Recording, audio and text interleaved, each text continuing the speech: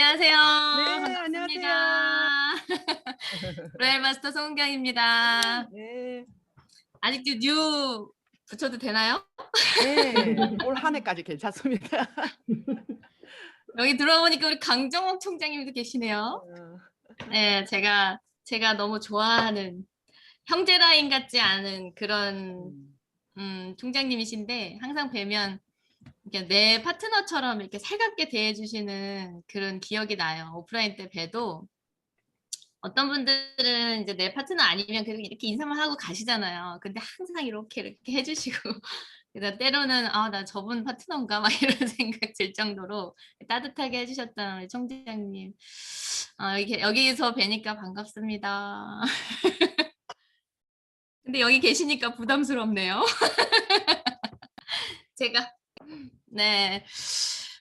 우리 이희정 총장님께서 음 저기 뭐죠? 강의를 해 달라고 이렇게 요청이 왔을 때 사실 이쪽의 라인은 강사님들이 완전 빵빵하시잖아요. 그래서 사실 아니 내가 가서 거기 가서 무슨 얘기를 하라고 무슨 얘기를 할 수 있냐고 그 빵빵하신 강사님들을 두고 사실 되게 부담스러웠어요. 근데 인제 또 저에게 또 원하시는 어떤 이야기가 또 있으시니까 또 얘기해 주셨겠죠. 그래서 저는 약간 교회에서도 그렇고 "시킬 때 하자. 시켜줄 때 하자." 이런 주의거든요. 아 어쨌든 불러 주셔서 너무 감사하고요. 음 사실 저는 우리 오늘도 이렇게 들어보니까 사투리가 아주 구수하고 근데 되게 희한하게 제가 다 알아듣겠는 거예요, 그 사투리를.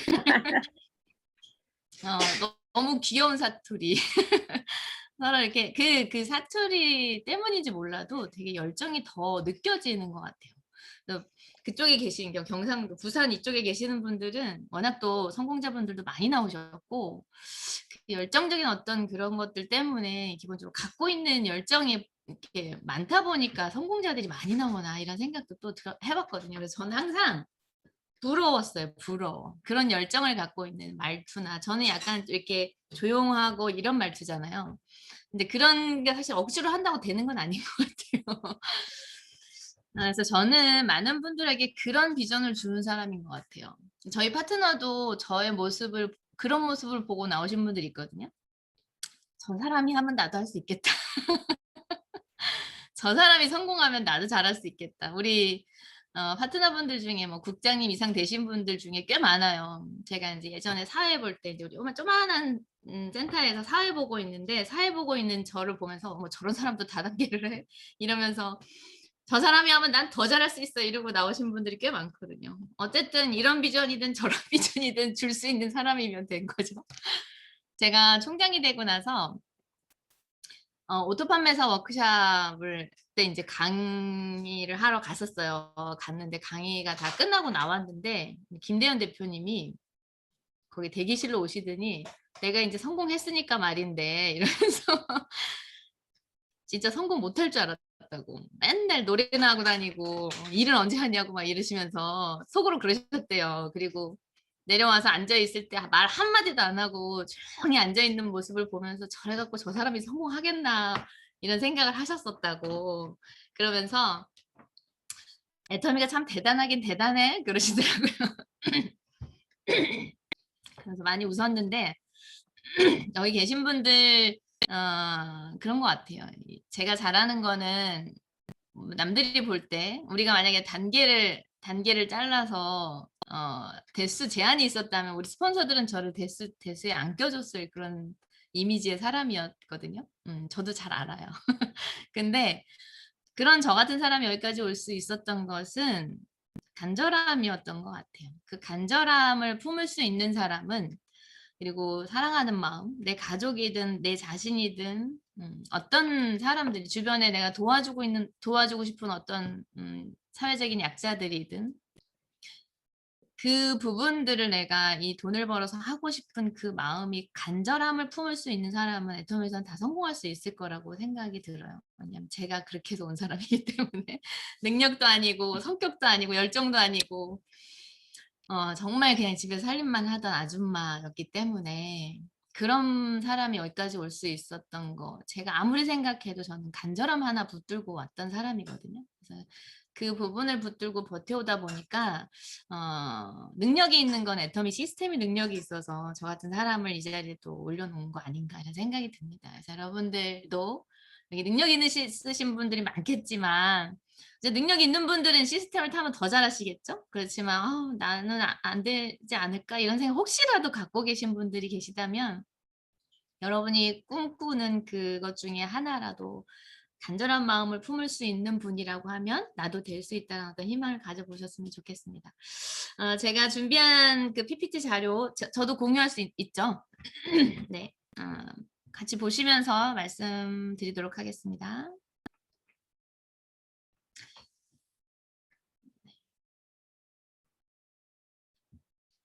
보이시죠? 네네. 저라는 사람은 도대체 어떻게 애터미를 만났고 어떤 마음으로 여기까지 올 수 있었는지 오늘 이제 뭐 많은 분들이 들으신 분들도 계시겠지만 또 처음 오신 분이 계실 거라 생각하고 말씀드려 보도록 하겠습니다. 이 사진은 뭐냐면 우리 코로나 오기 전에 본사에서 해줬던 애터미 티켓에 나와 있는 일정표예요. 2019년도니까 작년, 재작년 이제 10월, 11월 정도죠. 코로나가 막 우리한테 닥쳐오기 전에 본사에서 이렇게 많은 세미나들을 지역별로 돌아가면서 해주셨었죠. 오프라인으로.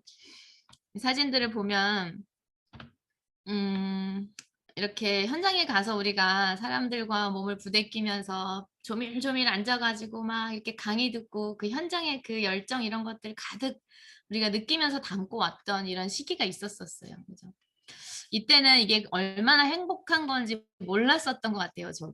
사실 이거 자리 구하러 다니느라고 맨날 동동거리고 다니면서 그래서 막 속으로 불평하면서 이 자리 어떻게 구하냐 막 이러면서 다녔던 기억만 남는 건 남는 거 났었는데 이렇게 이런 현장에 마음껏 사람들이 많이 모여서 이렇게 축하하고 열정을 느끼고 이런 것이 지금 딱 못하게 되니까 이제서야 이때가 행복했었구나 이런 걸 느끼니 참 인간이 어리석다. 다 놓치고 나서 이런 행복을 아는구나 이런 생각도 하게 됐어요. 이 사진을 보면서.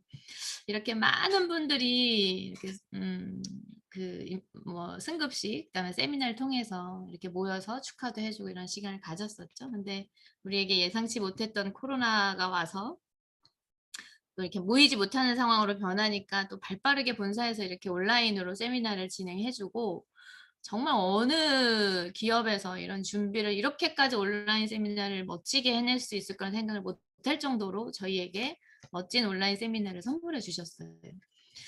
자, 이곳이 오프라인 때든 또 온라인으로 바뀐 때든 한 곳에 모여서 이 정보를 듣는 사람이 인원이 굉장히 많았었죠. 그죠? 예전에 오프라인 때 지역별로 할 때마다 한 곳에 거의 2,000명 이상씩 모였었고 그다음에 세미나 석세스 아카데미 할 때도 9곳, 11곳 이렇게 늘어가면서 그 한 곳에 2,000명, 3,000명씩 이렇게 모였을 때 온라인으로 지금 한 곳에서 송출해주는 이게 전 세계에 나가서 모든 나라에 지금 현재 법인들 나가 있는 곳이든 소비자 가입하는 곳이든 온라인으로 이렇게 한 곳에서 주는 그런 정보들을 동시에 또 이렇게 볼 수 있는 애터미 정보를 정말 많은 사람들이 듣기는 하죠. 그런데 모든 사람들이 애터미를 선택하는 것도 아니고 또 선택한다 해도 다 성공하는 것도 아니고 근데 누군가는 분명히 이 안에서 성공해 가는 사람들이 또 있단 말이에요. 그 차이가 도대체 뭘까 생각해 보면 애터미가 나한테 왜 왔는지 내가 이걸 통해서 무엇을 해야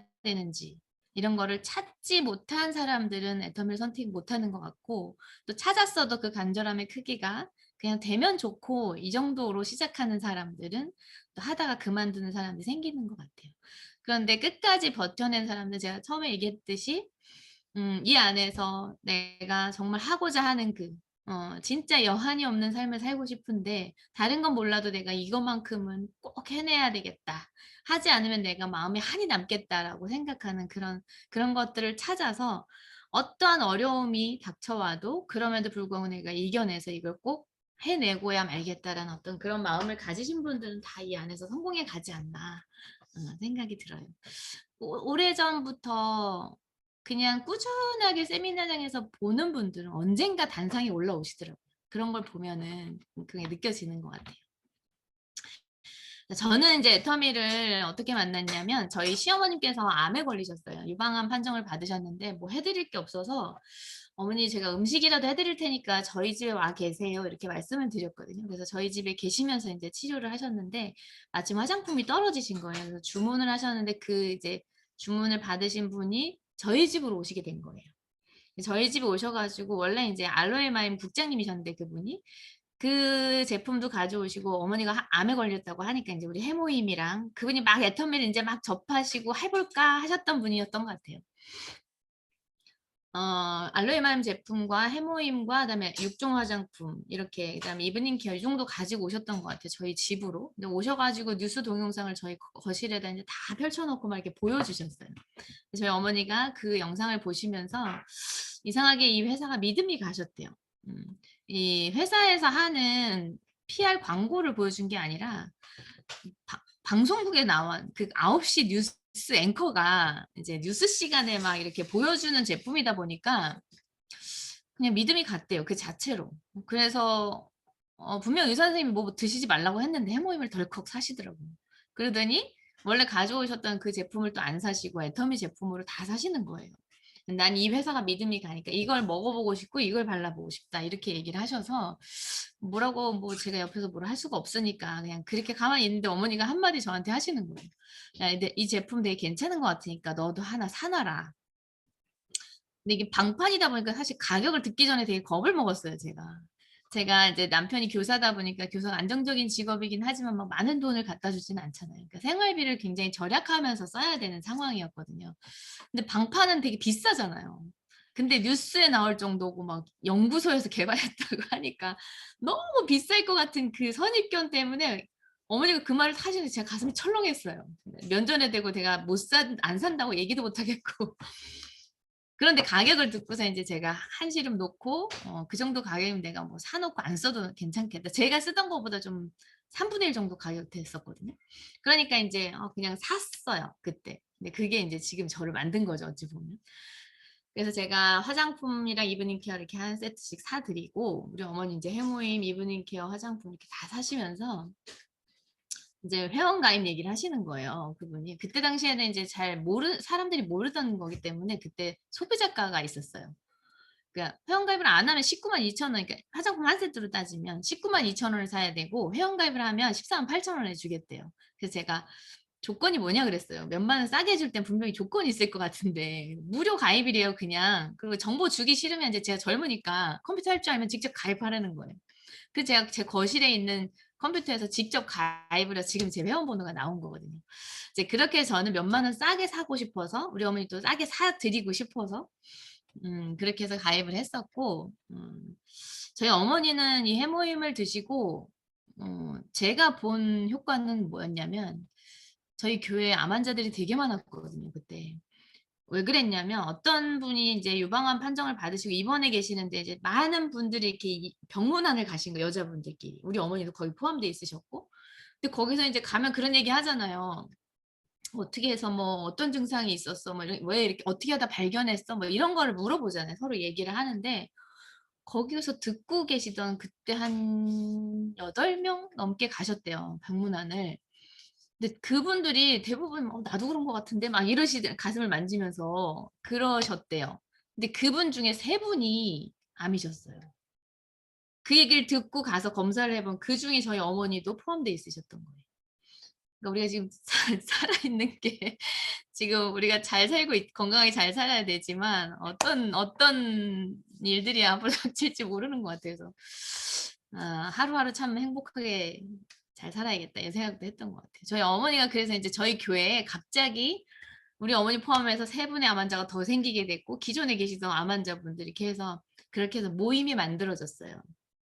암 환자 모임. 그래서 정보도 나누고 서로 기도도 해 주고 이런 모임 이제 속에 제가 늘 어머니하고 이제 같이 다니다 보니까 병원도 같이 가고 이러다 보니까 그 암 환자분들의 그 어떤 치료 과정이나 이런 것들을 같이 보게 되는 거예요. 근데 저희 어머니가 연세가 제일 많으셨고 근데 젊으신 분들보다 되게 잘 이겨내시는 거예요. 우리 어머니 혼자 해모임을 드시면서 치료를 받으셨거든요. 잘 이겨내시는 모습을 보면서 '아 이게 진짜 좋은가 보다 좋기는.' 그리고 '우리 어머니가 참 복이 있으시구나.' 이런 제품들을 또 알아보시고 용기 있게 또 드신다고 하셨던 게 사실 그렇잖아요. 암 환자들 암 환자가 내가 이거 먹고 효과 봤다 해도 못 믿잖아요 잘. 근데 우리 어머니 그 뉴스를 보시면서 그 믿음이 간다 하면서 사서 드셨던 게 용기 있었고 그게 좀 잘 많은 효과를 일으켰던 것 같아요. 네 그리고 저는 화장품을 이제 떨어져서 써 봤는데 제 피부 타입이 이제 학교 다닐 때 되게 지성이에요. 여드름도 되게 많이 나고 이게 제가 짜야 되는 성격이에요. 그런 거 보면 막 못 놔두고. 상처도 많고 모공도 넓고 막 이런 상황. 그다음에 번들번들한 이런 스타일이어서 되게 그걸 가리고 싶어서 화장도 되게 진하게 하고 다니는 그런 이제 메이크업을 했었거든요. 근데 이 화장품을 처음 이제 그런 피부에다가 그리고 두껍게 화장하면서 클렌징도 막 이렇게 제대로 안 했던 것 같아요 저는. 그러니까 피부가 계속 그렇게 좀 칙칙한 느낌의 번들거리는 그런 피부였는데 그걸 또 가리고 싶으니까 더 진하게 화장하고 이렇게 했던 것 같아요. 근데 이 화장을 처음 발랐을 때 약간 겉도는 느낌이었어요 저는. 그래서 '아 이거 별로다.' 이런 생각에 '아 이거 근데 버릴 수는 없고 다 쓰고 다른 거 바꿔 다른 걸로 써야지.' 이러고 쓰고 있었어요. 근데 3주 정도 썼는데 이 피부톤이 맑아지는 느낌이 제가 들었어요. 그래서 차츰차츰 이제 이 제품에 대해서 알아가면서 제가 느껴가면서 '와 이거 싼데 진짜 좋다.' 이걸 느끼면서 '앞으로 난 화장품 떨어지면 이걸로 바꿔 써야지.' 그렇게 생각을 하게 됐어요. 그런 체험을 통해서. '이걸로 써야 되겠다.' 인제 그렇게 생각하고서 그 마음을 딱 먹고 나니까 저한테 저희 집에 오셔 갖고 설명하고 나가셨을 때 나가시면서 저한테 한마디 툭 던진 얘기가 있었어요. 그게 "애터미로 바꿔 써 봐. 생활비가 많이 절약이 될 거야." 이 얘기를 하셨거든요. 근데 사실 체험이 있기 전에는 와닿지 않아서 그냥 흘려들었어요. 그런데 이제 이걸 제가 써 보고 '나 이거 계속 써야겠다.'라는 마음을 딱 먹고 나니까 얼만큼 절약이 되는지를 계산해 보고 싶은 거예요. 이 기초는 이제 쪼끔 더 뭐 떨어지는 것도 다 다르니까 제가 한 달에 하나 이상을 또 꼭꼭 쓰는 제품이 있었어요. 그게 폼 클렌징이었어요. 고를 때 가장 까다롭게 골랐던 것도 폼 클렌징이었고. 근데 그때 제가 우리 신랑 이제 월급에 좀 적당하게 내가 매번 쓸 수 있는 가격대에서 고른 것 중에 제일 좋은 거 고르고 인제 썼는데 그게 한 3만 원대 정도 제품이었거든요. 근데 그것도 제가 인제 좋으니까 쓰고 있었는데 애터미 폼 클렌징 8,000 원인데 썼을 때 제가 그 까다롭게 골랐던 느낌을 만족시키는 거예요 8,000 원짜리가. 써 봤는데 너무 좋은 거예요. 3만 원짜리보다. 그래서 제가 이걸로 계산해 본 거예요. 저희가 왜냐면 4 식구가 폼 클렌징을 이제 다 쓰다 보니까 저희 남편은 이제 운동하는 사람이 그때만 해도 그랬어요. 머리부터 발끝까지 폼으로 끝냈어요 그냥. 그러니까 한 달에 하나 이상은 꼬박꼬박 쓰는 제품이었어요. 그냥 그걸로 1 년치를 계산해 본 거예요. 3만 원 곱하기 12 개, 8,000원 곱하기 12개 이렇게 계산해 보니까 36만 원을 지출하고 폼 클렌징 값으로 지출하고 살던 것을 제가 애터미 폼 클렌징으로 바꾸자마자 1 년에 20만 원 넘는 돈이 절약이 되는 게 수치로 제가 딱 알아버린 거예요. 그러면 이 기초도 내가 계산은 안 해 봤지만 3분의 1 가격인데 바꿔 쓰는 자체가 나한테 생활비 엄청 절약될 거고 딥 클렌징이고 뭐고 이렇게 바꿔 쓰면 진짜 생활비가 전체적으로 봤을 때 '많이 절약이 되겠네.'가 인제 딱 알아버린 거죠. 이제 그걸 제가 아는 순간부터 어떤 행동을 했냐면요. 저는 원래 좀 말이 없는 사람이에요. 말하는 거 싫어하고 듣는 걸 더 좋아하고 이렇게 모여 가지고 얘기하면 같이 공감하고 웃다가 말 한마디도 안 하고 올 때도 있어요. 그래도 저는 아무렇지도 않은 사람이에요. 그런 제가 소개를 하기 시작하더라고요. 누가 생각났냐면 저희 동네에 저희 언니가 같이 살았거든요. 그러니까 언니랑 친자매들끼리 친하잖아요. 그러면 인제 뭐 쇼핑도 같이 다니고 그러니까 거의 저랑 비슷한 걸 제품을 썼어요 언니가. 그러니까 인제 저랑 똑같은 제품을 쓰고 있는 언니가 제일 먼저 생각이 나서 "언니 어쩌고 저쩌고." 이렇게 얘기를 하게 되는 거죠. 왜 그랬냐면 제가 우리 언니 꼬셔서 돈 벌려고 그랬을까요? 아니겠죠. 내가 이익이 되는 거를 우리 언니가 저보다 좀 형편이 어려웠거든요. 그러니까 '우리 언니도 생활비 절약되면 좋겠다.' 이런 마음으로 전달하게 됐고 저희 엄마한테도 얘기했고 그다음에 저희 인제 교회 언니 제가 친하게 지내는 언니 몇 명한테 이렇게 소개를 하기 시작한 거예요. 그렇게 소개하다 보니까 인제 제가 제품도 좋아하고 어 좋다 하고 소개도 막 하니까 특별 관리를 했겠죠 저를. 예. 관리 대상자가 된 거예요. 그러니까 인제 어떨 때 막 이렇게 센터에서 밥 해 놨다고 밥 먹으러 오라고 막 이렇게 전화도 오고 막 그러는데 제가 희한해요. 지금 생각해 보면 제가 애터미에 성공하려고 그랬던 것 같아요. 근데 모르는 사람하고 밥 잘 안 먹거든요, 어색해 가지고. 근데 이상하게 거긴 끌려서 갔어요. 오라고 하면 이상하게 끌리는 거예요. 그래서 거기 가서 밥을 먹고 나면 여지없이 하는 말이 "밥값 좀 하고 가." 이 얘기를 하는 거예요. "그게 뭐예요?" 그랬더니 "자리 좀 채워 달라." 인제 태교원이라는 동네에 인제 씨앗이 뿌려져서 인제 몇 명 안 되는 분이 인제 애터미를 막 하고 있는데 강사님 스폰서님이 인제 저기 청주에서 이렇게 오신대요. 근데 몇 명만 앉아 있으면 너무 미안하니까 멀리서 오시는데 막 이제 긍정적인 소비자나 진짜 심지어 거기 옆에 해병대 사무실에서 술 드시고 계시는 할아버지도 모셔다 앉혀 놓고 막 이러셨어요. 그러니까 그렇게 좀 애를 많이 쓰시더라고요. 제가 뭐 "난 시간 있으니까 뭐 시간 때워 주는 거 뭐 어렵나." 그러고서 인제 앉아서 듣게 된 거예요. 그때 오셨던 분이 김광렬 임페리얼님, 그다음에 조칠순 총장님, 김성심 단장님, 조만순 총장 이런 분들이 이제 오셨던 것 같아요. 오셔서 인제 강의하는데 사실 저는 자리 채워주는 개념으로 앉아 있어서 사업에 대해서 관심도 없고 이걸로 돈 벌 생각도 없었고 못 했고 영업 같고 저 성격이랑 안 맞고 막 이런 생각들 때문에 그냥 그 센터장님이 너무 열심히 사는 모습이 그냥 제가 할 수 있는 거 도와주고 싶었어요. 근데 저는 시간이 있었거든요. 일을 안 했기 때문에 애들 보내고 남편 보내고 집 대충 정리하면 맨날 언니들이랑 카페 찾아다녀서 밥 먹으러 다니고 뭐 차 마시러 다니고 이게 일이었으니까 그 시간 조금 아껴 가지고 여기 와서 앉아 있어 주는 거 뭐 이렇게 생각하고 있었기 때문에 그거는 인제 가끔 했던 것 같아요. 근데 그걸 몇 번 하면서 제가 봤던 게 '센터장님 진짜 열심히 사시네. 아 너무 열심히 산다.' 근데 열심히 사는 사람 보면 어때요? 도와주고 싶은 마음 생기잖아요. 그래서 제가 계속 갔어요. 저희 집에서 또 센터가 가까웠고. 근데 그 강의를 계속 듣는데 맨날 똑같은 얘기만 계속하는 거예요. 진짜 칠판에 쓰는 글씨가 다 똑같아요, 네 분이. 회사 뭐 그 오너의 뭐 도덕성 뭐 이런 거 쭉 회사 뭐 마케팅, 제품, 비전 이렇게 딱 쓰면 '아 오늘도 똑같은 얘기 하시겠구나.' 그냥 그렇게 듣고 흘리고 집에 가고 이랬던 것 같아요. 그러던 중에 어느 날 이제 금요일이었던 것 같아요 그날은. 지금 생각해 보면 목요일 날이 인제 매일 우리가 원데이를 갔었으니까. 원데이를 갔다 오시는데 그렇게 울면서 갔다 왔다고 저한테 이제 얘기를 하시는데 "왜 그랬냐."고 그랬더니 센터로 초청은 되는데 대덕특구로 초청이 안 되는 거예요. 근데 인제 자리 욕심에 일찍 가서 자리를 맡아 놓으면 신규한테 맨날 뺏기고 내 신규를 안 치고 싶은데 나는 신규를 못 데리고 가고. 그 어느 날은 이제 신규 한 명이 간다 그래 가지고 너무 좋아 가지고 막 잔뜩 기대하고 있는데 그분이 새벽에 문자 하나 띡 보내 놓고 전화를 안 받고 그래서 여전히 또 혼자 그 새벽길을 운전하고 가는데 너무 서럽더래요. '내가 뭐가 문제가 있어서 이렇게 사람이 안 붙나.' 이런 생각에 인제 울면서 갔다 왔다 그래서 "아유 그게 뭐라고 제가 가서 옆에 앉아 있어 줄게." 이러고 쫓아간 거예요. 그렇게 해서 가게 된 게 원데이도 가고 석세스 아카데미까지 간 거예요. 거기서 저의 인생이 바뀐 거예요. 그러니까 저는 모르겠어요. 여러분이 어떻게 착해서 성공한 것 같아요. 그 사람 마음을 좀 헤아려 가지고 뭐 "아 그게 뭐라고 내 옆에 있어 줄게. 옆에 앉아 있어 줄게요." 요렇게 간 게 사실 저는 지금 제 인생을 이렇게 바꿔 놓은 거거든요. 거기에 가서 박한길 회장님 강의를 직강으로 처음 들었어요. 근데 사실 그때 IPTV가 있어서 센터에 가면 회장님 강의를 계속 틀어 놨기 때문에 나의 인생 시나리오란 강의를 TV를 통해서 봤었어요 저는. 근데 저한테 와 닿지 않았어요. 근데 똑같은 강의를 현장에 가서 듣다가 제가 깬 거거든요. 근데 회장님이 그러시는 거예요 거기서.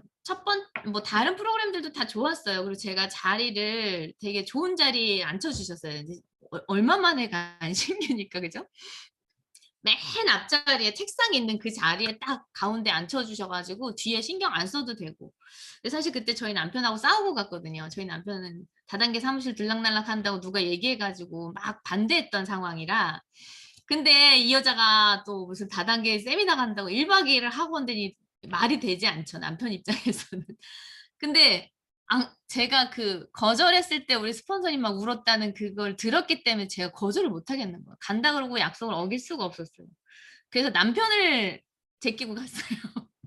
가 가지고 거기서 인제 마음이 불편했어요, 남편이랑 싸우고 오니까. 그래서 '아 내가 이렇게까지 해서 여기 와 있는데 제대로 한번 들어 봐야겠다.' 그러면서 한 토시 놓치지 않고 한번 적어 보자 이러고서 다이어리를 딱 펼쳐 놓고 그 마음의 준비를 딱 하고 앉아서 듣다 보니까 쏙쏙쏙 들어왔던 것 같아요.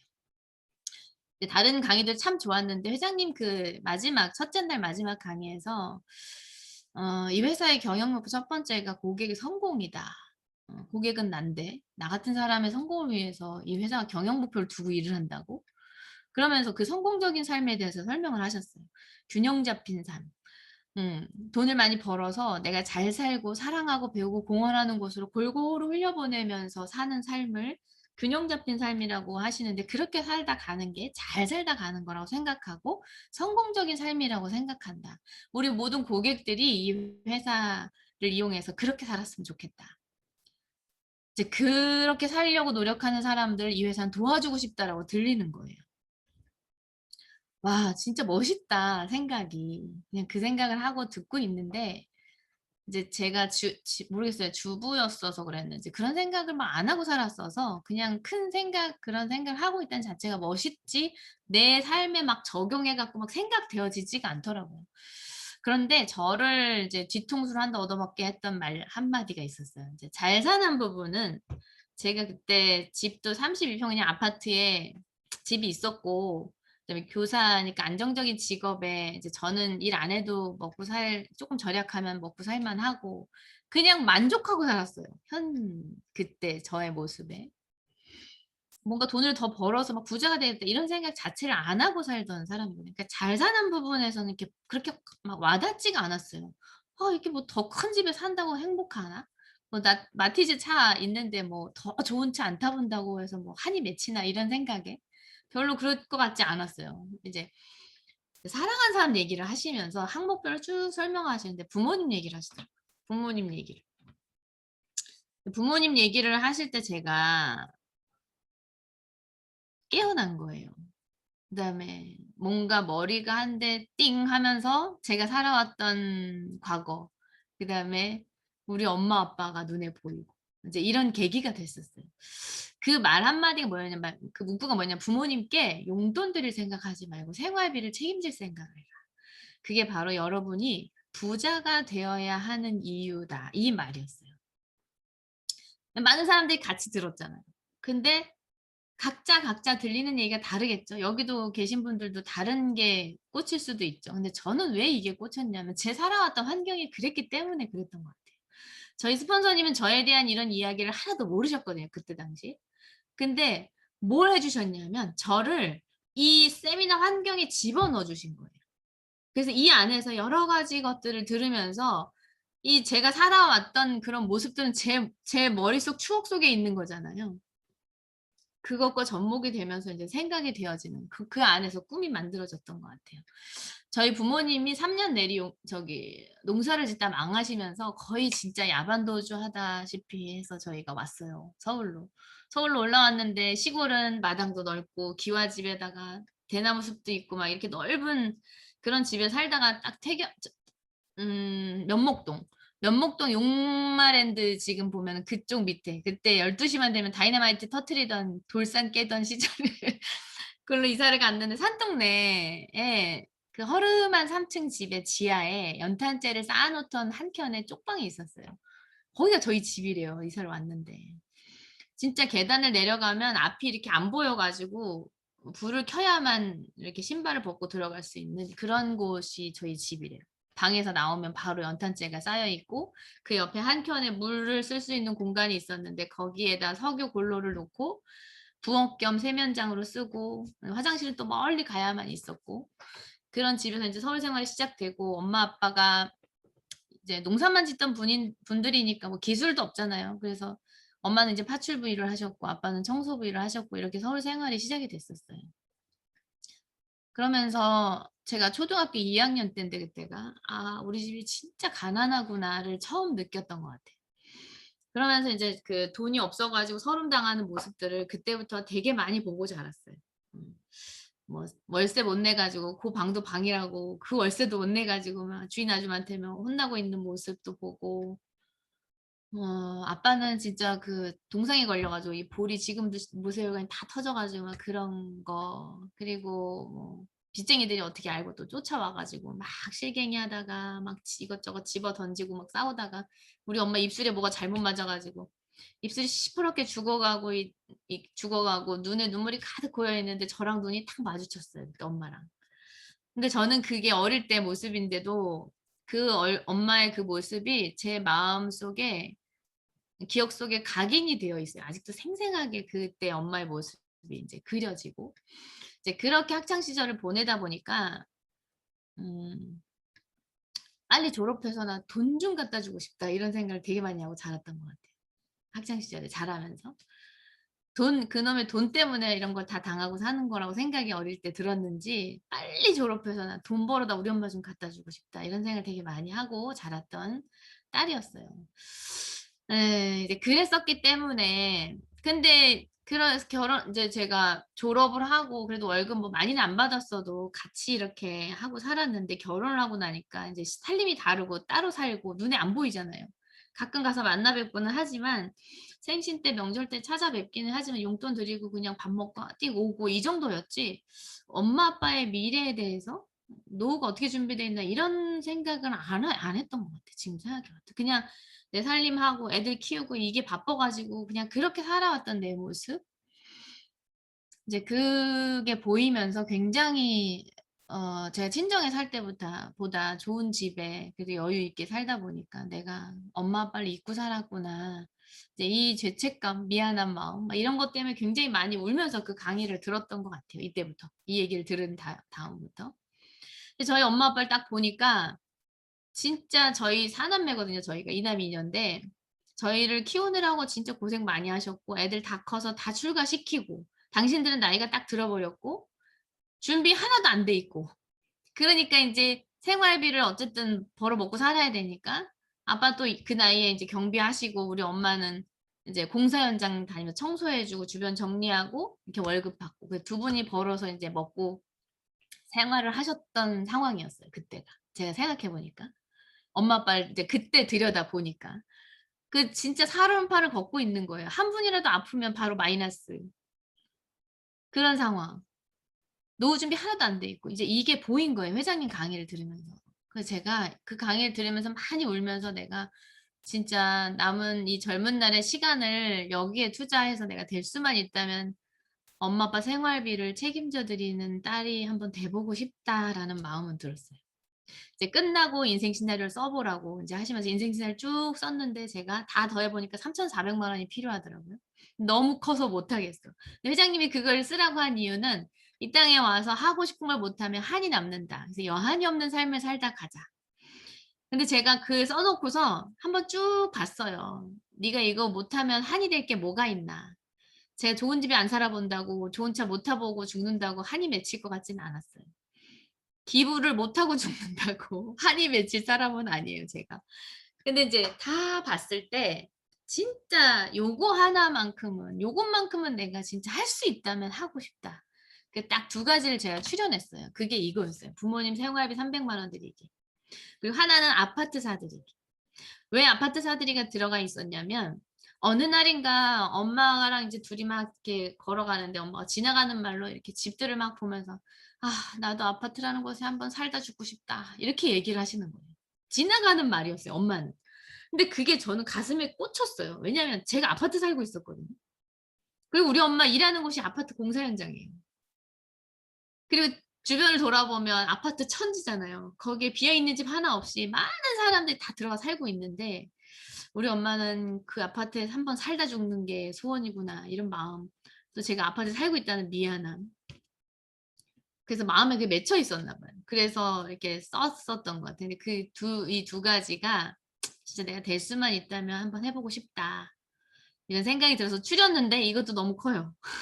이것도 너무 커서 '할 수 있을까?' 싶었는데 제가 참 잘했던 게 뭐냐면 '이게 너무 커서 난 못하겠어.'가 아니라 '할 수 있는 것부터 해 보자.'로 이렇게 추려갔던 것이 참 잘했던 것 같아요. 그럼 내가 할 수 있는 게 뭔가 한번 줄이고 좁혀 봤더니 나왔던 결론이 뭐였냐면 엄마였어요, 엄마. 엄마. 이게 이제 지금 여기 다산지구 아파트 막 올라갈 때 제가 찍어 놓은 건데 이게 자주 올라가는 엘리베이터예요. 엘리베이터가 처음에 안 만들어져 있으니까. 근데 엄마가 이제 예전에 공사 현장에서 이 칼을 잡았던 시기가 있었어요. 덜컹덜컹하면서 올라가는데 이렇게 잘 만들어져 있지 않고 사방이 다 뚫려 있고 정말 엉성하게 그냥 레일 하나에 매달려서 이렇게 덜컹덜컹거리면서 20몇 층까지 올라가는 거기를 하루 종일 오르락내리락 했었거든요. 제가 선풍기를 갖다 드리러 한번 갔다가 그걸 한번 타고 올라갔다 내려와 본 적이 있었는데 정말 무서워요. 근데 거기를 하루 종일 오르락내리락 하면서 집에 오셔가지고 녹초가 돼서 쓰러져 있다가 그 다음날 먹고 살기 또 그 자리를 가야 되는 모습 이런 것들 이제 봐왔기 때문에 엄마가 평생을 이렇게 일만 하시다가 돌아가시게 만들면 진짜 내가 한이 맺힐 것 같았어요.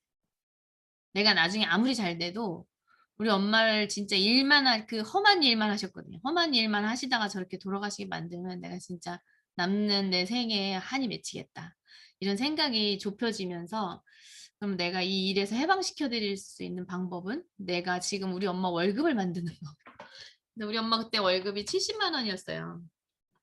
이렇게 주변 정리해 쭉 해주고 사무실 청소해 주고 하루 종일 치우고 이렇게 하면서 받는 월급이 70만 원. 제가 이걸 애텀에서 한번 만들어 봐야 되겠다. 이거는 제가 가능할 것 같았던 게 몇 명 되지 않은 소비자 가지고 제가 6만 얼마, 7만 얼마를 계속 받고 있었거든요. 근데 내가 열심히 한 것도 아니었거든요. 그냥 재미삼아 소개하는 정도였는데도 받았으니 내가 아무리 능력이 없어도 어차피 시간은 갈 거고 2년, 3년 그냥 이렇게 지나갈 텐데 그 시간에 여기서 내가 열심히라는 걸 뭔가 해보면 그 소비자 100배 정도 늘리면 기간이 얼마나 걸릴지 모르겠지만 70만 원 정도는 안 나오겠나. 아주 단순하게 생각하고 시작했어요. 보상 플랜을 완벽하게 이해한 것도 아닌 상태로 한번 해보자. 70만 원을 제가 목표로 띱니다. 간절했어요, 되게. 그래서 다니다 보니까 이제 그냥 와서 듣고 재미삼아 소개할 때랑은 다르게 행동을 해야 되잖아요. 그래서 스폰서님한테 상의를 했어요.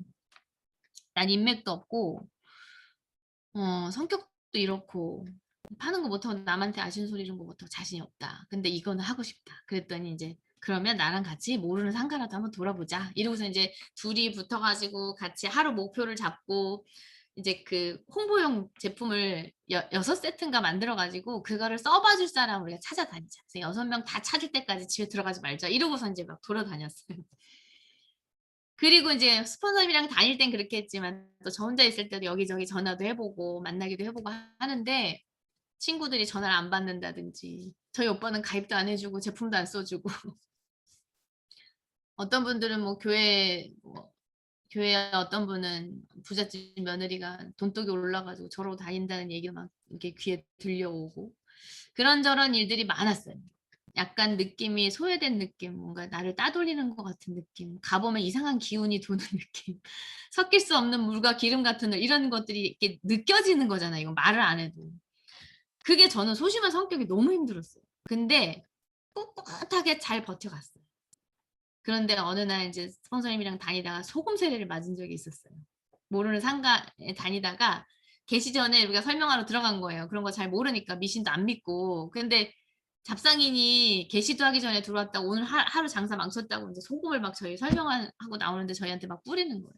이제 그때 제가 되게 충격이었어요. 그 제정신으로 돌아왔어요.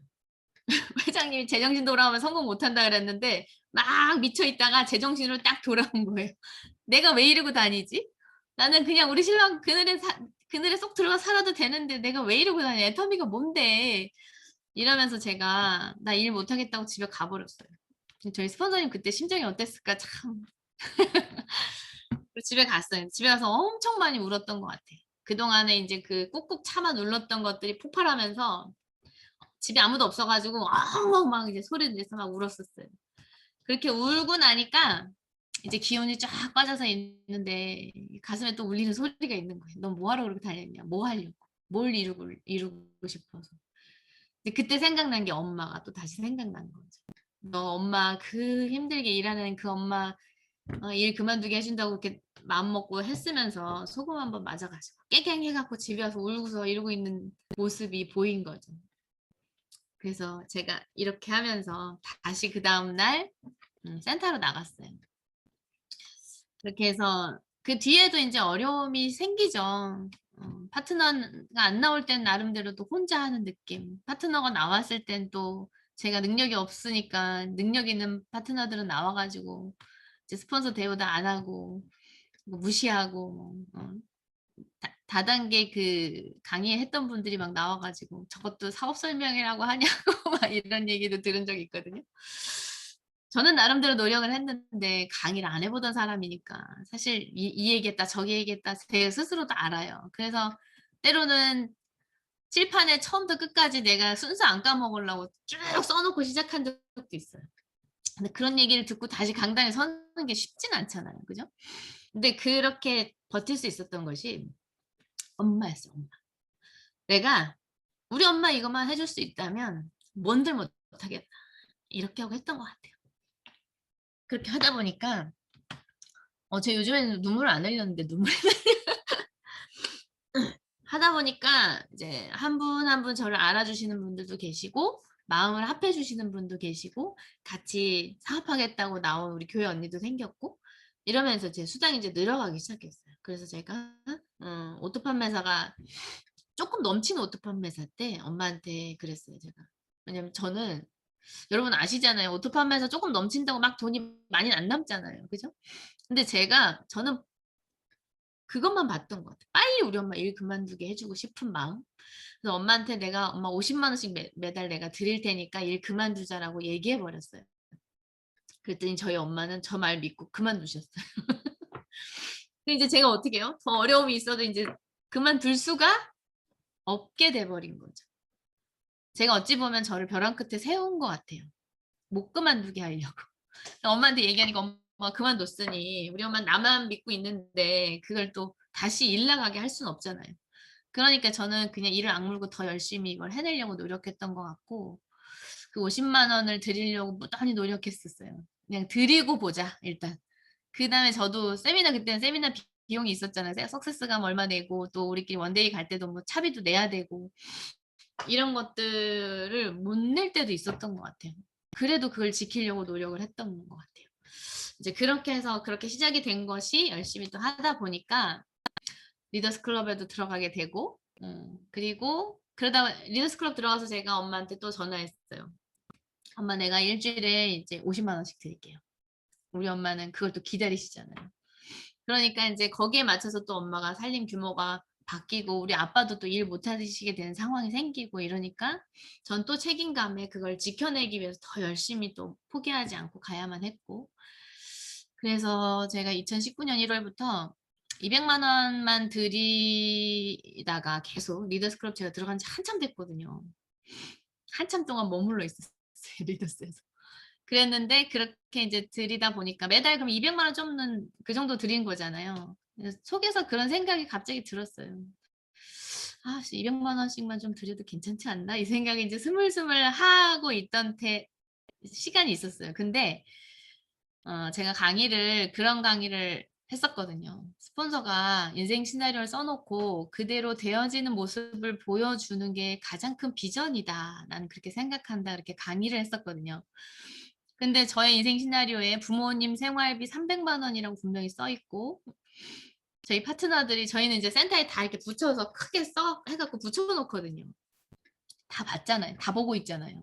그러니까 안 되겠어서 19년도에 제가 이제 내년에 내가 올해는 어떻게 일을 할까 고민하다가 내가 우선순위로 뒀던 두 가지 중에 하나를 이루는 모습을 내가 파트너분들께 보여드려야 되겠다라는 생각에 엄마한테 전화를 해요. 엄마 내가 이제 일주일에 80만 원씩 드릴게요. 라고 선포를 해버렸어요.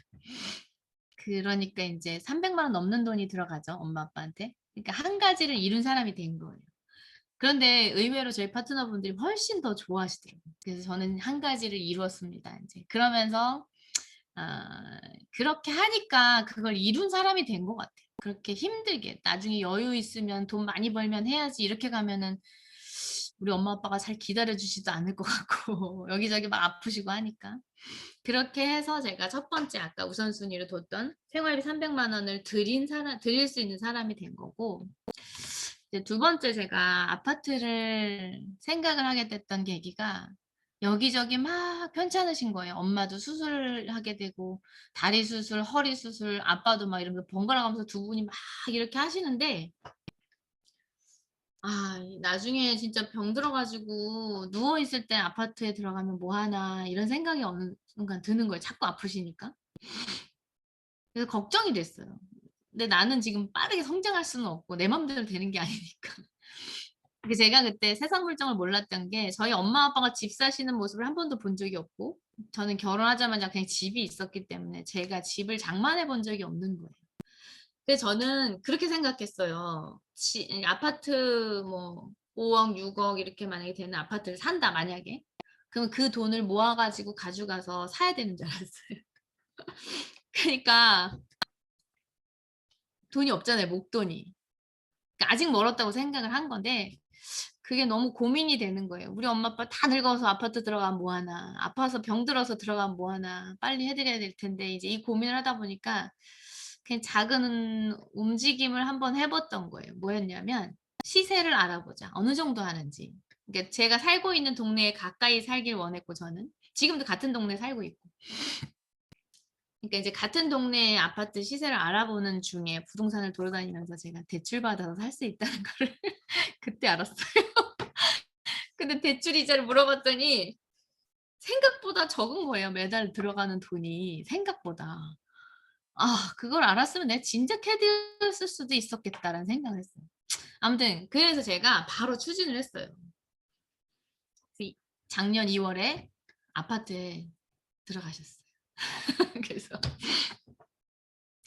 아직 은행 돈이 더 많긴 하지만 그래도 와 매달 그 돈 예전에 회장님이 매달 한 가정에 50만 원만 지속적으로 돈이 들어간다면 그걸로 반찬값 하면 뭐 그 집은 잘 먹고 사는 집이 될 이런 얘기 하신 적 있잖아요. 그 집 그걸로 옷을 사면 진짜 옷을 잘 입는 가정이 될 거다. 근데 그 뒤에 오너 드라이버도 될 수 있다. 근데 그 뒤에 하신 말이 뭐였냐면 아파트 평수도 바뀔 수 있다는 얘기를 하셨었어요. 못 알아들은 거죠, 제가. 진짜 지속적인 그 이자 몇십만 원 되는 그 이자를 매달 지불할 수 있으면 우리 엄마는 이 빌라에서 아파트로 이사할 수 있었던 걸 저는 몰랐던 거예요. 이 빌라가 이제 작년 2월까지 저희 엄마가 살던 곳인데 저희가 그 용마산에 면목동에 살다가 제가 6학년 때 이 동네로 이사를 왔어요. 거기서 지금 현재까지 남양주시 태계원에 살고 있어요. 하는데 그때 처음 들어왔을 때부터 이 빌라에 살았어요. 작년 2월까지.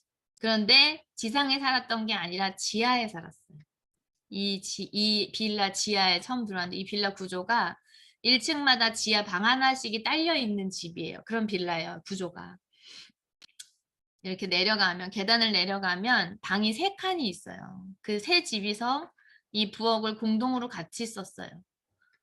그리고 화장실은 놀이터에 있는 공동 화장실을 써야만 했었고 지금 이 사진은 제가 예전에 살던 집은 찍어놓은 게 없어서 엄마가 이사 나오시면서 제가 그 지하에 가서 이제 찍어놨던 사진이에요.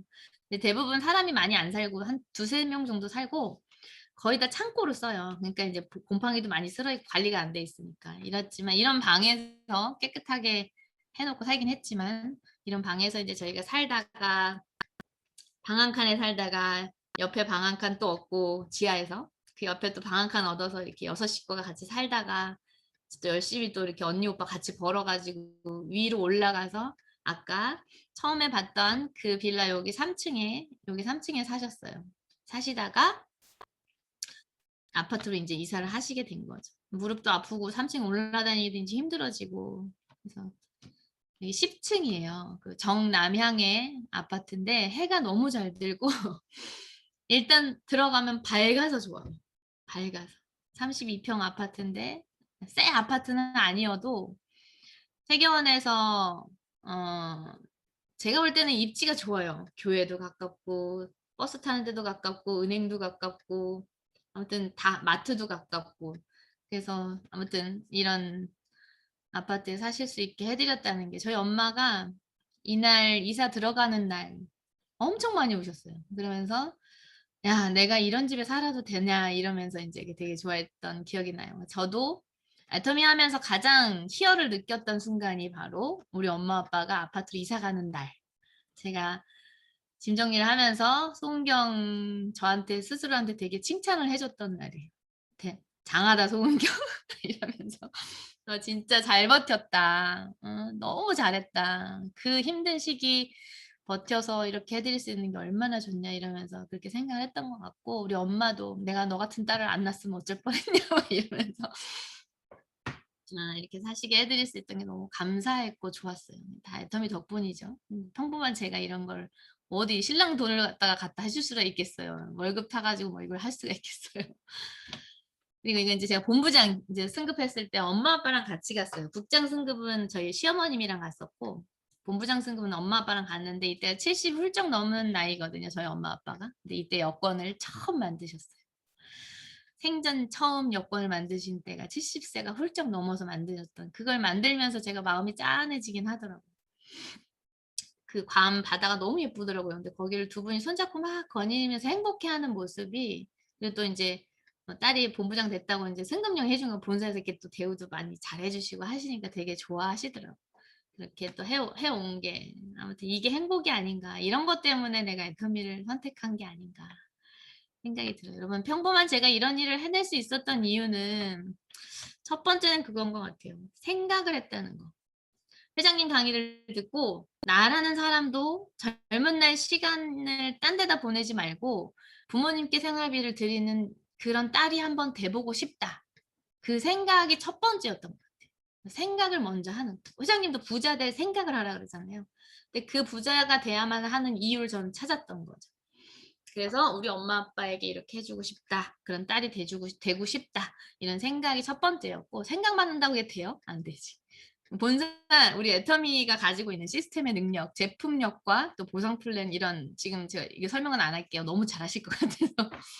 이런 것들이 있었기 때문에 저같이 평범한 사람들이 이런 일들을 해낼 수 있는 사람이 된 게 아닌가. 또 어 돈을 못 벌 때부터 균형 잡힌 삶에 대해서 그 교육을 하시잖아요. 돈을 벌어서 이렇게 살기 위해서 버는 거다라는 거를 가르쳐 주기 때문에 지금 제가 이렇게 우리 제가 잘 사는 부분에도 인제 만족이었지만, 그때는 차도 바뀌고 이제 뭐 집도 바뀌고, 그다음에 우리 부모님한테도 해 드리고, 우리 엄마 아빠 집도 바뀌고, 또 남편에게 해줄 수 있는 거, 아이들에게 해줄 수 있는 거, 또 기부하는 거, 지금 제가 하나씩 하나씩 늘려가고 있는 이런 것들이 사실 처음부터 가르쳐 주지 않았으면 저 자신만을 위해서 돈을 썼을 것 같아요. 그러니까 우리 식구들, 우리 가족까지. 그런데 제가 기부하는 거에 대해서 별로 생각을 안 하고 살았거든요. 그런데 인제 그런 부분까지 책임감 있게 해야 된다는 걸 우리가 교육을 받기 때문에 그렇게 살려고 노력하는 제 자신의 모습을 봤을 때 '잘 살고 있다.'라는 생각이 들게 해 주는 것도 참 감사한 것 같아요. 자, 이런 기회, 제품, 보상 플랜 다 회원가입하는 누구나에게 다 주어지는 기회잖아요. 누구에게나 다 공평하게 주어지는 기회인데, 누군가는 성공하고 누군가는 제품만 쓰고 있고 누군가는 들여다보지도 않는 그런 사람들이 있잖아요. 우리는 지금 여기 계신 분들은 이런 기회를 알고 내가 붙들어서 지금 해가고 있는 그런 시기에 있다고 생각이 들어요. 근데 어 이걸 듣고서 내가 내 마음속의 간절함을 품는 게 우리가 꿈이 되는 거고, 그 꿈에 대한 간절함의 크기에 따라서 해가는 과정에 포기하게 될 수도 있고 또 끝까지 버텨서 성공해낼 수도 있는 것 같아요. 그래서 제가 이걸 그림으로 좀 표현을 해 봤는데요. 일단은 꿈을 가졌어요, 우리는. 그리고 간절함도 있을 수 있는데 그 정도의 차이는 다 있겠죠. 근데 이게 작으면 일을 진행하면서 부정적인 시선들이나 거절들이나 자존심 상하게 하는 이런 것들의 웅덩이를 만나게 되죠. 근데 꿈의 크기, 간절함의 크기가 작으면 이런 웅덩이에 턱턱 걸리게 돼요. 그리고 쪼끔 큰 웅덩이를 만나면 푹 빠져서 집에 가버리게 되는, 그래서 포기하게 되는 그런 것 같아요. 그런데 이 꿈의 크기와 간절함의 크기가 크면 이런 것들이 만나지 않을 수는 없겠지만 그런 걸 신경 쓸 겨를도 없고, 그냥 안 당하는 것도 아니잖아요. 그죠? 누구나 다 당하고 가잖아요. 힘든 거 없이 누가 성공을 해요. 그런데 그럼에도 불구하고 그걸 이겨내고 어 아무렇지도 않지는 않겠지만 잘 이겨내면서 이 꿈을 이루어 갈 수 있는, 그래서 그 꿈의 크기를 크게 갖고 간절함의 크기를 크게 가지면 이런 것들이 그래도 좀 작게 느껴지지 않을까. 그리고 '기꺼이 이런 건 뭐 버텨낼 수 있지.'라고 생각하고 진행할 수 있지 않을까 생각이 듭니다. 자, 인제 우리는 여기까지는 됐어요. 뭐 보상불은 다 설명 들어서 알고, 나도 인제 꿈을 갖고 간절함을 품고 크게 갖고 인제 버텨갈 거야. 잘해 나갈 거야. 근데 해가는 과정이 또 만만치 않죠? 제가 우리 강정옥 총장님 앞에서 이런 얘기를 해서 될지 모르겠지만 아무튼 제가 생각하는 애터미 사업을 설명을 드려볼게요. 근데 이게 뭐 라인마다 또 생각이 다를 수도 있는데 그냥 제 생각 중에 여러분이 취하실 것들만 취하시면서 생각을 해보셨으면 좋겠어요. 근데 저는 이런 생각을 갖고 지금까지 일을 해왔다. 애터미 사업은 사람이 전부인 사업인 것 같아요. 사람이 남아 있어요. 내 팀 안에 사람이 들어오고 싶어하고 들어와서 머물고 싶어하고 여러 가지 사정이 있어서 떠나는 사람도 있잖아요. 잠깐. 그죠? 갑자기 막 생활비를 벌어주던 사람이 아파서 생활비를 당장 벌어야 되는 사람도 있고 그러면 잠깐 이제 그 일선에 나가야 되는 상황들도 막 있어요.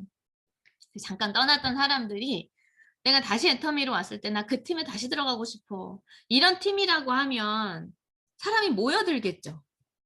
그죠? 우리는 사람이 계속 증가해야 되는 일이잖아요. 그런 분위기의 팀을 만들 수 있다고 하면 저절로 성장할 수밖에 없다고 저는 생각이 들어요. 그럼 그러려면 어떻게 해야 될까? 그걸 한번 생각해 보면 나는 우리 팀에 있는 게 너무 행복해. 근데 이 팀은 그런 것 같아요. 아까 잠깐 제가 들어와서 봤을 때 너무 막 이렇게 화기애애한 분위기. 그런 분위기를 만들 수 있어야지 사업이 잘 되지 않을까. 그래서 사람이 전부인 사업이다. 생각이 드는데 사람이 모이면 희한하게 갈등이 생기죠. 서로 다른 사람들끼리 모이고 환경이 다른 곳에 살다가 진짜 각양각색의 그 개성 있는 사람들이 모인 거기 때문에 생각이 다 다를 수 있어요. 그래서 갈등이 생길 수밖에 없는 것 같아요. 갈등이 왜 이렇게 우리 팀은 많은 거야? 사람이 많은 거예요. 일이 제대로 되고 있는 거예요. 아무도 없으면 아무 갈등도 안 일어나죠. 내 파트너가 있기 때문에 속썩이는 파트너가 있는 거거든요. 아무도 없으면은 날 속썩이는 사람이 아무도 없는 거잖아요. 그죠? 사람이 모여야 성공하는 일인데 사람이 모이다 보면 갈등이 일어난다. 그럼 우리는 이 갈등을 어떻게 지혜롭게 해결하느냐가 결국 내가 해야 될 몫이고 우리 팀들이 이 문제를 해결해야 되는 거예요. 문제를 풀어가야 되는. 이걸 피할 수는 없는 것 같아요. 어떻게 지혜롭게 해결해 가느냐에 대해서 함께 고민해야 되고 생각을 해봐야 된다고 생각이 듭니다. 이게 팀의 성장 속도에 굉장히 중요하게 작용을 하는 거 여러분 아실 거예요.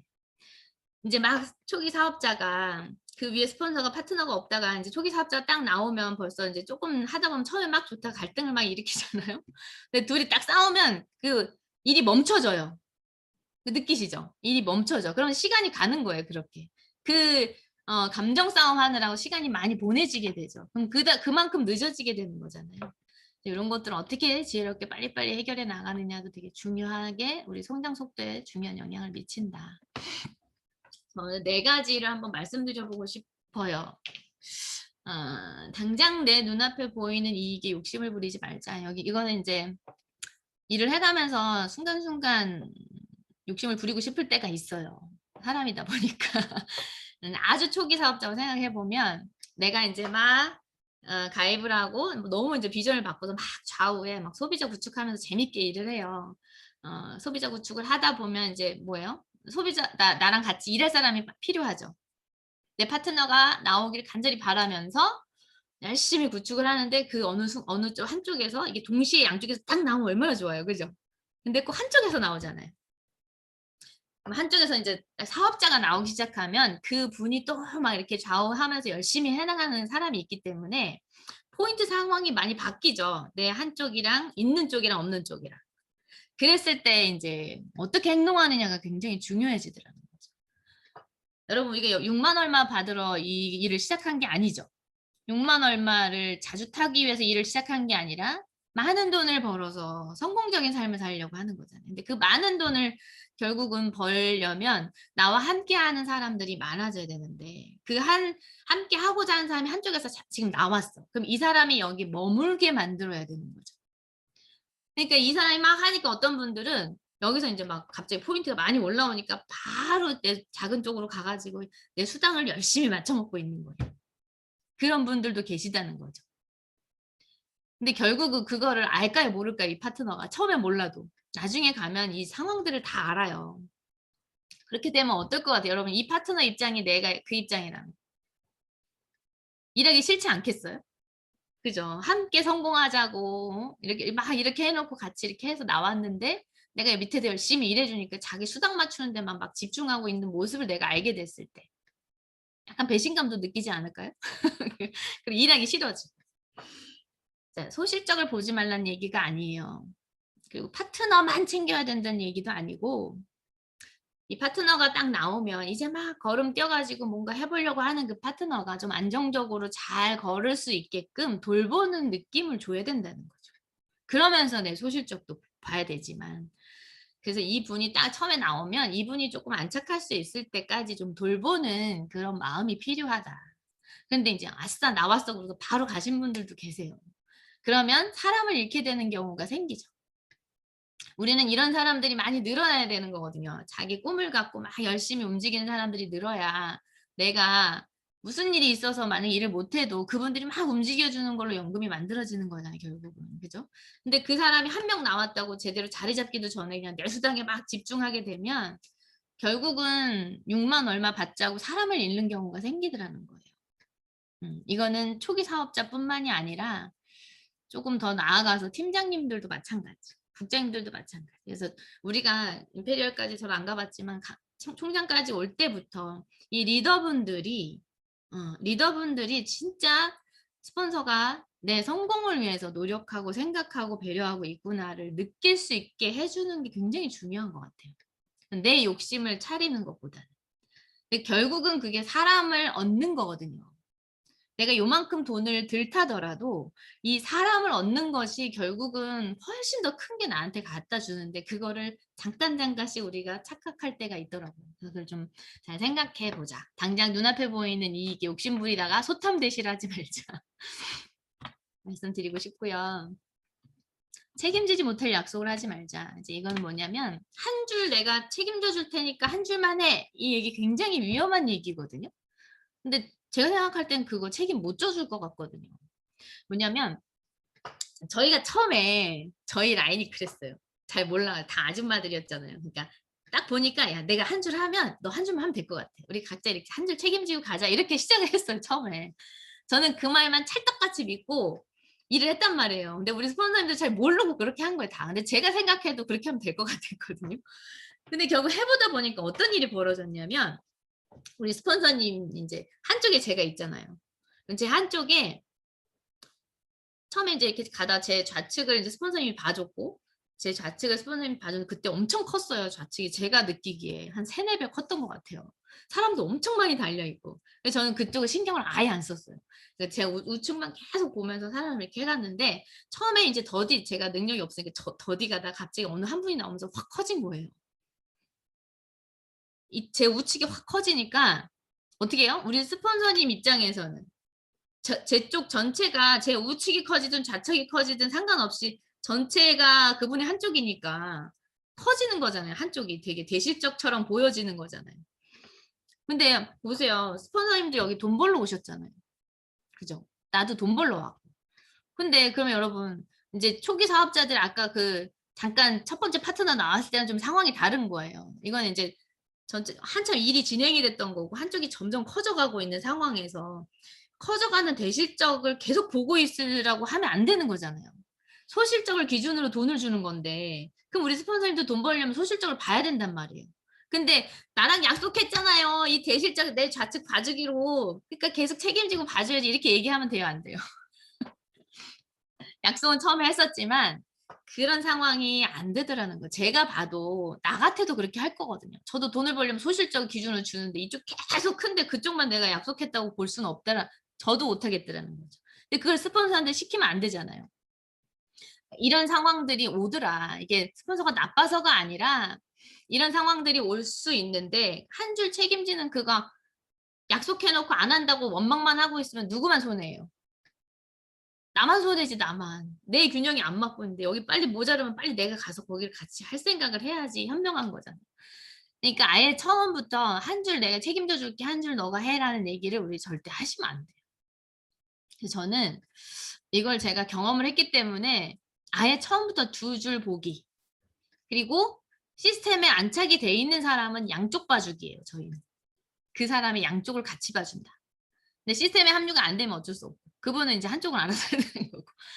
근데 왜냐면 말이 안 통하기 때문에. 그래서 시스템 합류가 돼 있는 그런 파트너들은 이분의 좌우를 같이 균형을 맞춰주는데 스폰서가 신경을 써주면 그렇잖아요. 한쪽은 막 엄청 커도 그러지 않으세요? 한쪽은 엄청 큰데 한쪽이 안 돼. 근데 이 한쪽 엄청 큰 쪽을 스폰서님이 봐주고 계시는 거잖아요. 그것도 다 도와주는 건데 사실 그게 큰 도움이 느껴져요? 도와주는 건 맞는데 내 소실적이 안 되면 어떤 생각이 들어요? 안 도와주는 것 같잖아요. 내 소실적이 잘 돼야 이 소실적을 막 도와줘야 도와주는 것 같잖아요. 사람이 그렇잖아요. 그러니까 그 소실적도 함께 고민해 주고 생각해 주는 이런 느낌이 들 때 '진정으로 나를 내 성공을 바라고 계시구나.'라는 마음이 전해지지 않겠나. 그래서 시스템에 합류되어 있는 파트너들은 내가 한 줄 봐서 이런 얘기 절대 하지 말고 두 줄을 보되 두 줄 열심히 보는 걸 도와주는 게 스폰서 이렇게 생각하고 저희는 일을 하고 있다. 네, 관리하려고 하지 말고 행동으로 보여라. 오늘 굿모닝 애터미의 이혜정 임페리얼 마스터님께서 또 오늘 현장에 돈이 있다 이렇게 말씀해 주셨잖아요. 사람은 계속 늘어가는데 포인트 상황이 그대로인 팀이 있어요. 여기는 없으신가요? 사람은 계속 느는데 포인트가 그대로야. 별로 이렇게 사람 인원이 증가하는 거에 비해서 별로 포인트가 막 증가하질 않아. 이런 경우는 어떤 경우인가 봤더니 관리를 하려고 자꾸 관리 모드로 바뀌어버려요, 사람들이. 내가 막 소비자 구축 잘 열심히 하다 갑자기 파트너가 나오면 그 파트너를 나는 교육시키려고만 하는 거예요. 오토 판매사가 완벽하게 되시지 않으신 분이 뭐 직급이 뭔지 모르겠지만 팀장님이면 팀장인데 내가 현장에 가서 내 파트너 나오면 이 사람 어떻게 하는 거예요라는 교육만 하고 그 현장에 내가 가려고 하지 않고 이 파트너한테 가서 현장에 서 뭔가 하기를 바라더라는 거죠. 내가 파트너가 나오면 소비자 구축하는 걸 잘하다가도 갑자기 관리 모드로 바뀌어버리는 거죠. 그럼 어때요? 내가 현장에서 소비자 구축하는 거 플러스 내 파트너가 와서 현장에 구축하는 소비자 플러스 이게 계속 증가돼야 되는 거잖아요. 근데 이게 그대로인다는 건 뭐냐면 다 관리 모드로 바뀌는 거야. 사람이 나오면. 그러니까 한두 사람이 움직이는 그 정도의 효과밖에 안 나오더라. 그래서 제가 이거 이제 오토 판매사 워크숍 때 했던 얘기인데요. 완벽한 오토 판매사가 아니신 분들은 직급이 뭐든 상관없이 현장에서 소비자 구축하는 것을 멈추시면 안 된다라고 얘기를 했어요. 근데 오늘 임페리얼 마스터님께서는 임페리얼 마스터까지도 현장에서 답을 얻어야 된다 이렇게 말씀하시잖아요. 그죠? 현장에서 소득이 올라가는 것들 우리가 무시할 수는 없는 것 같아요. 그래서 지금 온라인으로 많이 바뀌었지만 코로나 핑계로 온라인으로만 이루어지면 진짜 소비자 구축은 안 되는 거거든요. 그래서 현장에 가서 뭐 1대1로 하든지 이런 것들에서 현장에 직접 만나야 뭔가 이루어지는 거죠. 발라주고 사업 설명도 하고 꿈도 얘기하고 이랬을 때 많이 변화되는 걸 봐왔잖아요. 그래서 온라인과 오프라인을 철저하게 방역하면서 우리가 움직여야 된다는 생각이 듭니다. 능력이 없어도 함께하는 일이기 때문에 성공할 수 있다라고 말로 많이 하잖아요. 이거 아까 제가 잠깐 얘기했던 건데 스폰서가 보는 줄은 탄탄하게 잘 성장이 돼요. 같이 보고 하니까. 그런데 결국 소실적을 시스템에 합류되어 있는 파트너 중에서도 소실적을 키워낼 능력이 없어서 어떤 분들은 한쪽 해주는데 본인이 한쪽은 해야지 이런 생각이 되게 강하게 갖고 있는 분들도 계셔요. 그룹마다. 저희 팀에서도 팀마다 또 달라요. 분위기가. 그런데 이건 능력이 없어도 함께하는 일이기 때문에 성공할 수 있다고 말하잖아요.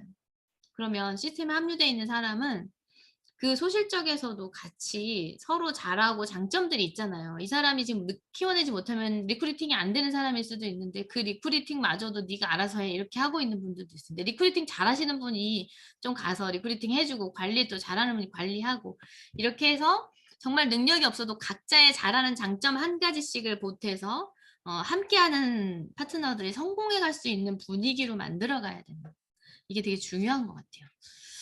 그래서 아까 얘기했던 그 시스템에 합류되어 있는 분의 좌우 균형을 함께 생각해주는 그것이야말로 진짜 능력이 없는 사람도 함께하는 일이기 때문에 성공할 수 있다라고 그런 분위기가 되는 게 아닌가 생각이 듭니다.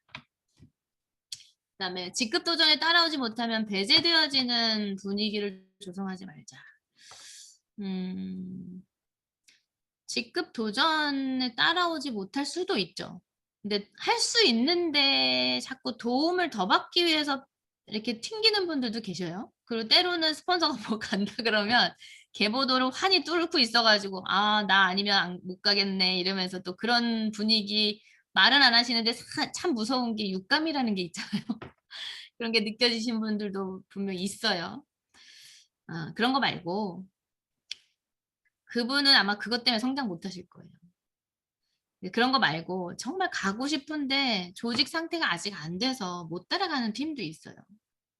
그런데 그 상황이 왜 못 따라오는지 이런 거는 파악하려 하지 않고 저희 팀 중에 한 팀 얘기하는 거예요. 하지 않고 그냥 무조건 나 가니까 따라와. 안 따라오면은 뭐 내가 성공하 가는데 함께하지 않는 그런 느낌으로 자꾸 분위기를 만들어가는. 그러니까 버거워도 따라 하라는 그런 분위기들이 있어요. 근데 사실 그거는 아니라고 생각이 들어요. 그 팀은 다져야 될 팀이 있고 속도를 내야 되는 팀이 있거든요. 여러분이 판단하고 아니면 혹은 스폰서님이 판단하시기에 '이 팀은 지금 가야 된다.' 그런 것들이 인제 해졌을 때 빨리 갈 팀들은 맞춰서 또 나도 성장을 같이 해 줘야 되고. 하지만 못 따라와도 못 따라오는 팀은 또 차근차근 다져서 '할 수 있다. 우리 또 이번에 잘 맞춰서 다음번에 또 기회가 있으니까 그때 부지런히 준비해 보자.' 이런 분위기로 다 가야 되는데 안 따라오면 쌩해지고 같이 가면 또 그 팀만 막 좋아하고 이런 어떤 분위기를 만들면 약간 그 젖소 철학 같은 느낌일 것 같아요. 내가 성장해 갈 때 도움이 안 되면 제끼고 도움이 되는 사람만 붙들고 가는 이런 느낌. 여러분이 생각하는 애터미 사업이 그런 거 아니죠. 그죠? 여러분이 애터미를 선택했던 이유가 진짜 이 회사가 나 같은 고객들 성공적인 삶을 위해서 노력해 주고 내 인생에 대해서 이렇게 심각하게 진지하게 고민해 주는 그런 내가 그렇게 살라고 도와주는 그런 회사가 있어서 너무 좋다 이런 마음 아니셨어요? 그럼 그거를 여러분들도 파트너들한테 해 줘야 된다고 생각하거든요. 성장도 중요한데 빠르게 성장하는 것도 중요하죠. 그치만 해 가는 과정 속에 어떤 분위기로 만들어 가는지 그게 굉장히 중요하다는 생각이 들어요. 그래서 그 직급 도전에 따라오지 못하는 그 어떤 배제되어지는 분위기를 정말 안 그래도 그런 분위기가 가만히 있어도 만들어지거든요 그거는. 그럼 그런 분위기 만들어지지 않도록 그러면 훨씬 더 많은 노력을 해야 된다는 생각이 들어요. 결국 이거에서 답을 얻으려면 모든 팀의 속도나 방법이 다 같을 수는 없어요.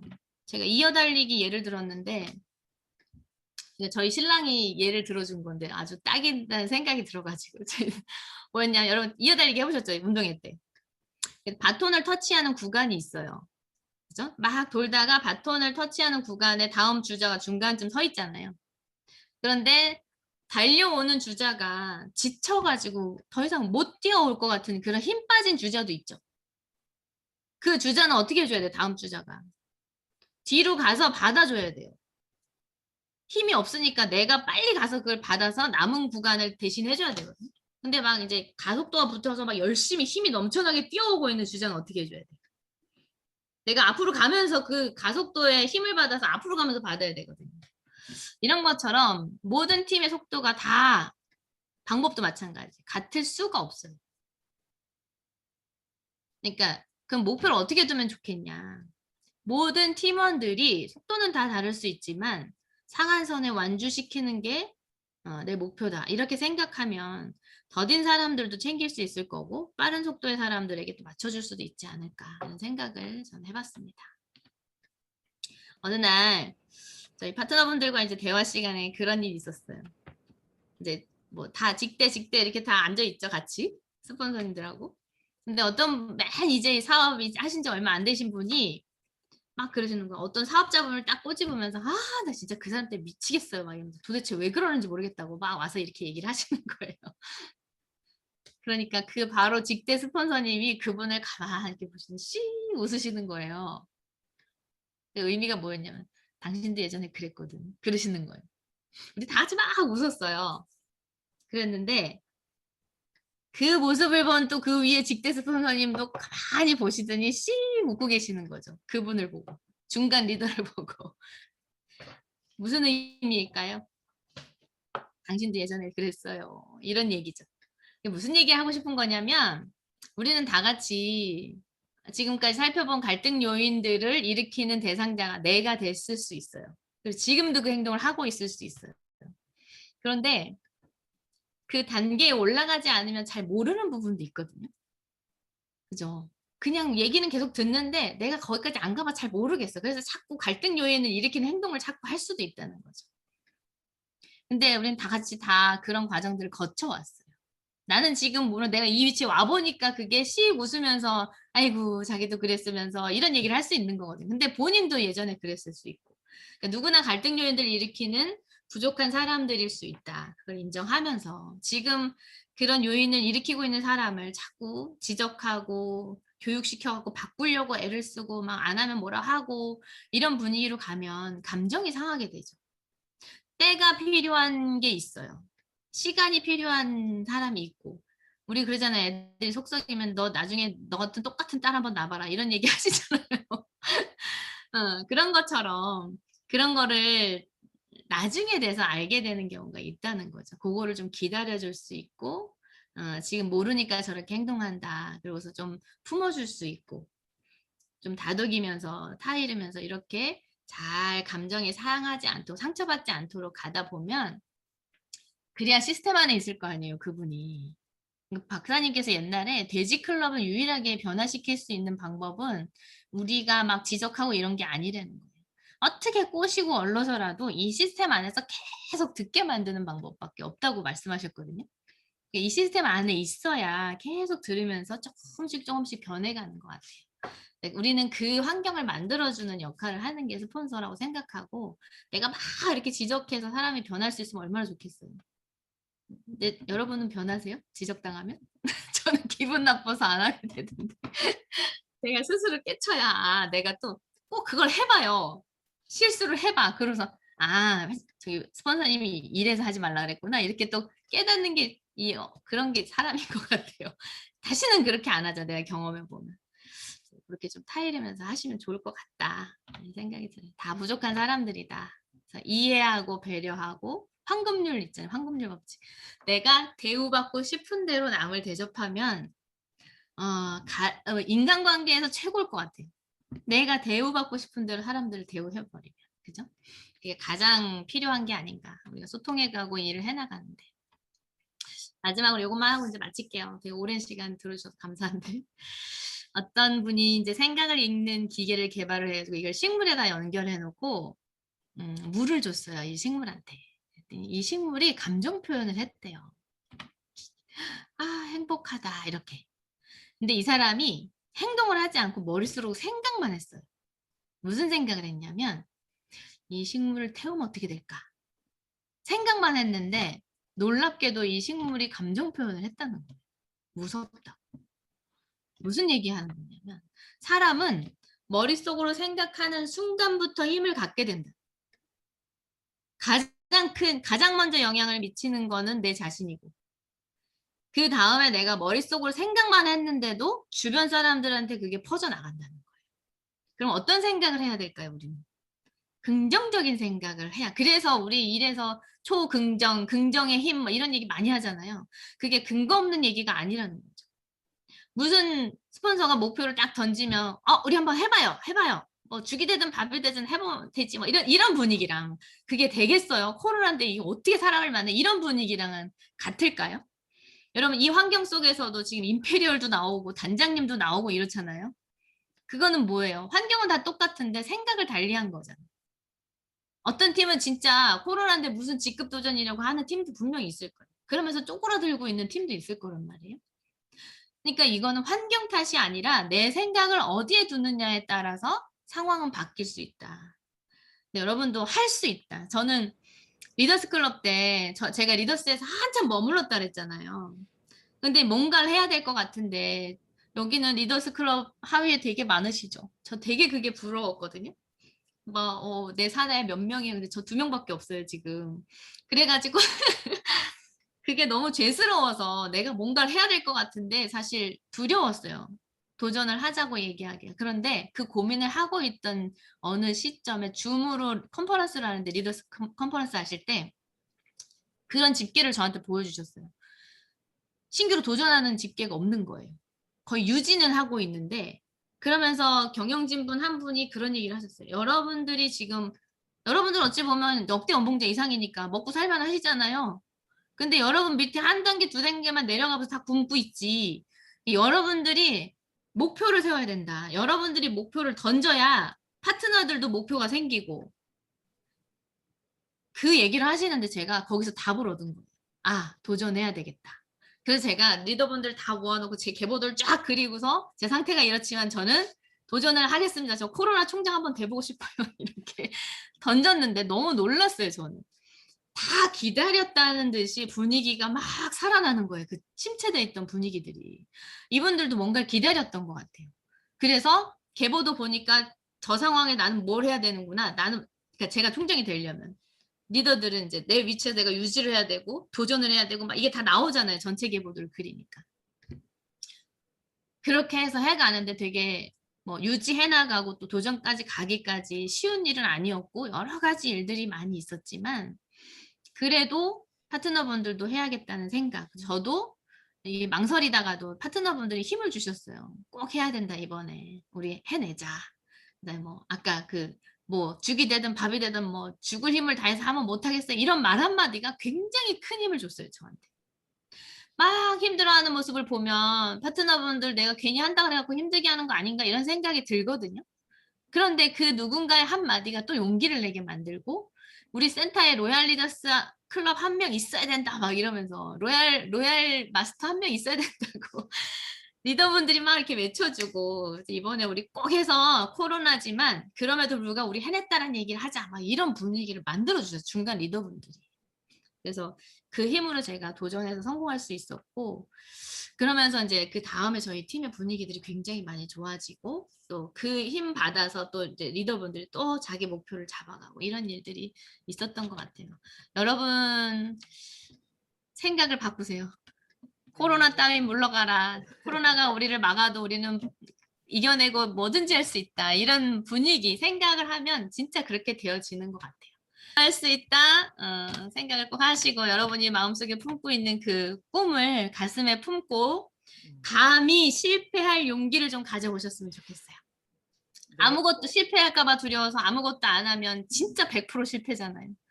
여러분들 생각을 함께 모아서 우리 강정 총장님 크라운 마스터 가시는 그날까지 긍정의 기운으로 뭐든지 해내실 수 있는 여러분들 되셨으면 좋겠습니다. 긴 시간 들어주셔서 감사합니다.